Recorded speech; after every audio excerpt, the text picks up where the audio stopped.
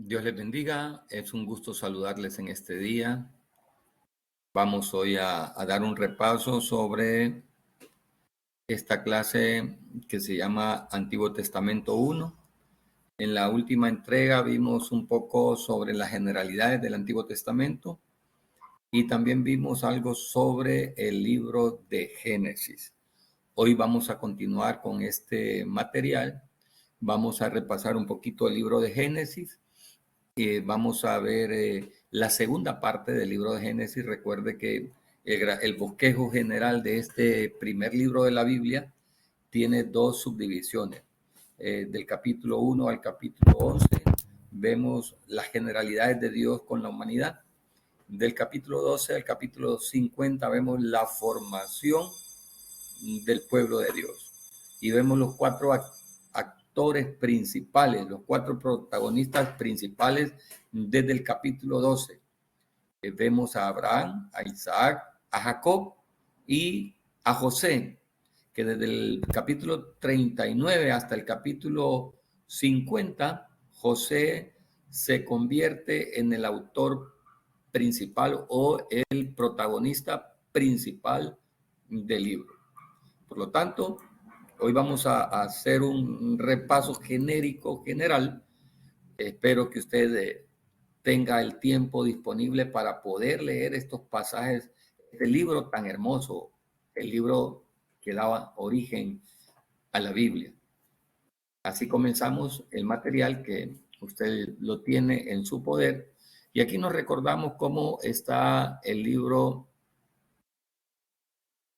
la Biblia, en sus 39 libros, ¿verdad? No vamos a recordar esto, solo nos vamos a recordar que las 5 secciones del libro más importante de la historia humana, la Biblia, las 5 secciones de este libro con 39 libros en sí, esta biblioteca de 39 libros, la ley, los profetas, los libros históricos que son 12, la ley que son 5, los poéticos que son 5, profetas mayores que son 5 y profetas menores que son 12. Así que encontramos 5 más 12 más 5 más 5 más 12. Esa ecuación nos da como resultado los 39 libros del Antiguo Testamento. Pero en lo que se le llama comúnmente la Biblia hebrea, que no ese es el nombre, se llama el Tanaj. El Tanaj es el Tanaj o Tanaj es el Antiguo Testamento, lo que los hebreos, los judíos, los israelitas toman como el libro sagrado. Esa está dividida en 3 partes: la ley, los profetas y los escritos. Pero ya hablamos sobre estos detalles. Yo les decía a ustedes en sesiones anteriores que si usted comprende este bosquejo, usted comprende la Biblia. Si usted comprende este bosquejo, usted entiende el Antiguo Testamento. Esto es una cronología de el Antiguo Testamento. Esta es una cronología del Antiguo Testamento. Si usted conoce, si usted entiende este material, usted entiende el Antiguo Testamento.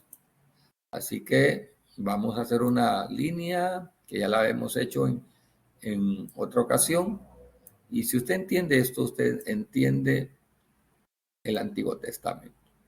Pero en esta ocasión solo nos vamos a estar refiriendo al libro de Génesis como un repaso y daremos la introducción al libro de Éxodo. Así que usted ya tiene este material a su disposición para que lo pueda estudiar. Hablando del libro de Génesis, recordábamos que se divide en 2 grandes porciones. Del capítulo 1 al capítulo 11, la historia de Dios, el trato de Dios con el género humano. Y en ese trato de Dios con el género humano vemos la creación, la caída, el diluvio y la formación de las naciones. Y en el trato de Dios con el pueblo de Israel, vemos los personajes principales de los cuales ya habíamos hablado. Ya sabemos quién es el autor del libro de de Génesis, que es Moisés. Ya sabemos cuándo empezó a escribirlo, sabemos el propósito, sabemos el lenguaje literario que se utiliza, no el lenguaje literario correcto o el género literario que se utiliza, un género narrativo histórico, pero que también tiene algo de poesía. Y aquí vemos las grandes divisiones de el libro de Génesis. Comienzo de la humanidad y comienzo de la nación de Israel. El trato de Dios con los seres humanos de manera global y el trato de Dios con el pueblo de Israel. Dios forma aquí la humanidad, pero aquí ya Dios trabaja con la formación del pueblo escogido. Ya vimos todo eso. Ya sabemos que tiene dos divisiones principales. Ya vimos todo esto con relación al comienzo de la primera parte, desde la creación hasta la caída, desde la caída hasta el diluvio y desde el diluvio hasta la torre de Babel. Y en la siguiente parte, comienzo de la nación de Israel, la vida de Abraham, la vida de Isaac, la vida de Jacob y la vida de José y los 12 patriarcas. Después vimos todo esto, ya lo tenemos, ya vimos todo esto, muy importante, ¿verdad? Cómo la historia de la humanidad se va desenvolviendo y lo pusimos aquí en imágenes, cómo la historia humana se va desenvolviendo. Si usted tuviese que explicar estas imágenes, ¿usted las entiende? Hago la pregunta. ¿Usted entiende estas imágenes? Si tuviese que explicar estas imágenes, ¿las capta? ¿Las entiende? Vemos ahí la primera pareja que le falla a Dios cuando comen del fruto prohibido. Y dentro de ese castigo que Dios le trae a la humanidad hay una promesa. Y sobre esta promesa de que el hijo de la simiente de la mujer iba a pisotear la cabeza de la serpiente. Y ya sabemos quién es la serpiente, es Satanás, ¿verdad? Lo vemos en otro pasaje del Nuevo Testamento. Vemos cómo después de haber pecado el hombre quiere justificarse, la raza humana quiere justificar sus faltas. Qué gran problema cuando nosotros como humanos le fallamos a Dios y buscamos un por qué lo hice. Increíble que hay en nuestro vocabulario las justificaciones. Cuando la Biblia dice que nuestras justificaciones son como trapos de inmundicia.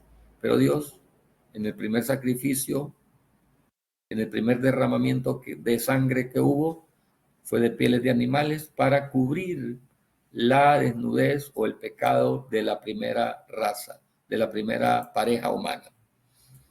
Así que después vemos aquí la continuación de esta humanidad caída.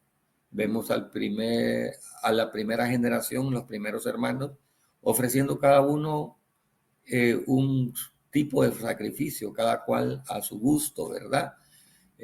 Y el que Dios tomó como agrado el sacrificio de uno y desagrado el sacrificio de otro, provocó odio. Ese odio provocó venganza y muerte, maldad, a tal manera que hubo el primer hombre condenado por causa de su falta. Y eso provocó también la maldad y la depravación completa de la raza humana. Y esa fue la historia de la raza humana a partir de ahí, la depravación total. Y ahí nos acordamos que vimos los descendientes representativos de la raza humana, los representantes de Caín, algunos de ellos, los representantes de Set, algunos de ellos, ¿verdad? Ya revisamos anteriormente esto. También vimos en la primera parte el juicio de Dios con Noé a través del diluvio, el repoblamiento de la tierra, la semilla de maldad que no desapareció y otra vez, ¿verdad? Al desarrollarse el ser humano, al multiplicarse el ser humano, también se multiplicó la semilla de maldad. Entonces el ser humano volvió a contaminarse. Por lo tanto, Dios decide algo, ya no tratar con el ser humano de manera genérica, sino tratar con el ser humano a través de una familia, a través de una herencia, a través de una familia. ¿Qué familia es esa? La primera, la primera promesa que encontramos ahí con, con Abraham, ¿verdad? Entonces vemos que los protagonistas desde el capítulo 12 en adelante son los descendientes de Abraham, los descendientes de Abraham. Primero Dios le dice a Abraham, en el capítulo 12, verso 1, ¿se acuerdan? Que Dios le había dicho a Abraham, sal de tu tierra y de tu parentela a la tierra que yo te mostraré. Y haré de ti una nación grande y te bendeciré. Así comienza el proceso de Dios en la formación de una nación. Escuchó el timbre, eso significa que ya estamos a punto de irnos a recreo, ¿verdad? Después de Abraham, todo el proceso de Dios con Abraham, desde el capítulo 1 hasta el capítulo 25, donde Abraham sale en escena, está él como casi el protagonista, ¿verdad?, de toda la historia del Génesis. Abraham, un hombre unido a una mujer que la Biblia dice que era estéril, Sara era estéril, y un problema muy tremendo que se da en esa historia de Abraham y de Sara. Dios había prometido a Abraham descendencia, pero Sara entendió mal, y esto como matrimonio debemos de comprenderlo. Cuando Dios promete a un hombre bendecirlo, implícitamente también está bendiciendo a su esposa, bendiciendo a su hijo, a sus hijos, a su descendencia. Sara creyó que la bendición y la promesa de Dios solamente era Abraham, pero la Biblia dice que somos una sola carne. Sepa, estimado siervo de Dios, sierva de Dios, que toda la bendición que Dios tiene en su vida también es la bendición de su esposa. Todo lo que Dios le ha dado a usted, toda la prosperidad que Dios le ha dado a usted, también incluye a su amada esposa. Abraham no lo comprendió, Sara no lo comprendió. Entonces, por eso surgió la economía de ofrecer a Sara a su esclava. Y ahí vemos toda la situación que se ha dado a través de los siglos a causa de esa decisión. Posteriormente encontramos a Isaac en la palestra, a Isaac en la escena principal de los eventos, como también Dios le provee a Isaac esposa, a Rebeca en un proceso tan maravilloso y milagroso de Dios, como Dios tocó el corazón de Rebeca para que ella entendiera que era la mujer que él estaba preparando para continuar la simiente de la familia bendecida. Y así es que Isaac y Sara se unen, y de ahí pues Dios continúa. Y así como le ocurrió a Sara, que era estéril, Rebeca también tenía problemas de esterilidad. Y Dios, dice la Biblia, o escuchó la oración de Isaac, y Rebeca sale embarazada, y eran mellizos, eran hermanos, ¿se acuerdan? Y uno nació primero que el otro. Y ahí comienza la historia de enemistad entre Jacob y Esaú, que desde el vientre materno ya había entre ellos problemas, habían entre ellos pleitos, confrontaciones. Pero dice la Biblia que Dios eligió a Jacob para continuar la descendencia que había prometido allá en el capítulo 3 del libro de Génesis, la descendencia de la mujer, de la cual iba a salir el Redentor. Y es así como Jacob se convierte en la línea descendiente, en la línea de descendencia para que naciera el Mesías prometido. De ahí Jacob, que huye a causa de las transgresiones que hizo con su hermano, ¿verdad? Los engaños que hizo con su hermano, Jacob huye a Padán Aram. Y allá Dios lo bendice. Allá Dios le regala esposa. Le regala dos esposas y dos concubinas. Y se llena de hijos y se llena de bendición. Y decide 20 años después regresar a su casa, regresar a su familia. Y allá en aquel capítulo glorioso del encuentro con Dios, el Peniel, donde dice, vi a Dios cara a cara y fue librada mi alma.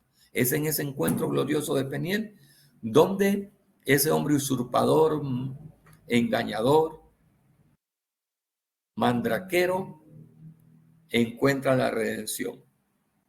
Y vi a Dios cara a cara y fue librada mi alma. Entonces él fue cambiado de nombre. Dejó de llamarse el usurpador para convertirse en el príncipe en Israel.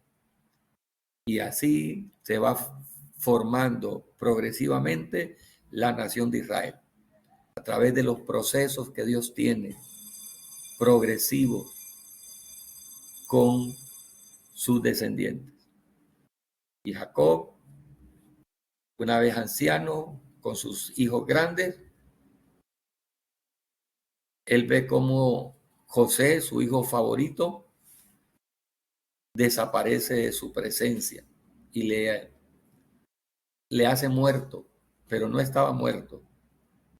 Él había sido vendido por sus hermanos a Egipto, donde fue convertido en esclavo y posteriormente fue degradándose en su condición de vida, pero no en su corazón. Su corazón se mantuvo intacto hasta que Dios lo levantó con gloria, con poder, con autoridad. Y fue el vaso escogido de Dios para restituir la vida de sus hermanos. El que fue humillado, el que fue engañado, el que fue vendido, no pagó con la misma moneda. Así encontramos en Abraham, el padre de la fe, en Isaac, el hijo del gozo de Dios, en Jacob, la naturaleza caída, y José, el tipo de Cristo. Y así terminamos el Antiguo Testamento en el libro de Génesis, con el llamado de Dios a Abraham. Miren, con Sara y Abraham, en esa decisión terrible que muchos miles de años después sigue dañando a la humanidad. Casi 4.000 años después, esta decisión de Sara de entregar a Agar, su esclava, en posesión de su esposo. Casi 4.000 años después, ha provocado todo el desorden que hoy existe en Medio Oriente. El nacimiento de Ismael. Ismael es rechazado, ¿se acuerdan? Y un ángel se le aparece a Agar y a Ismael y le da también una promesa: a vos te voy a bendecir. Pero Dios no se había olvidado del pacto con Abraham a través de Sara y le entrega a su hijo de la promesa, a Isaac. ¿Recuerda qué significa Isaac? Isaac significa risa. Pero algún tiempo después, ese hijo prometido, en el capítulo 22 de Génesis, cuando Dios le dice a Abraham, dame a tu hijo, a tu único, a Isaac, al cual amas, y ofrécelo en sacrificio. Ve cómo hay un clima ahí de sentimientos encontrados.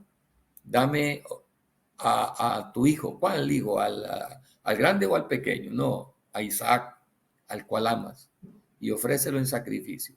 Y vemos la historia aquí en estas 6 imágenes de Abraham, en todos sus conflictos de vida, desde el llamamiento, la esterilidad de su esposa, la decisión que ha costado sangre a través de la historia, el nacimiento de su hijo, no el de la promesa, pero al fin su hijo, con cual Dios también prometió una promesa especial para Ismael.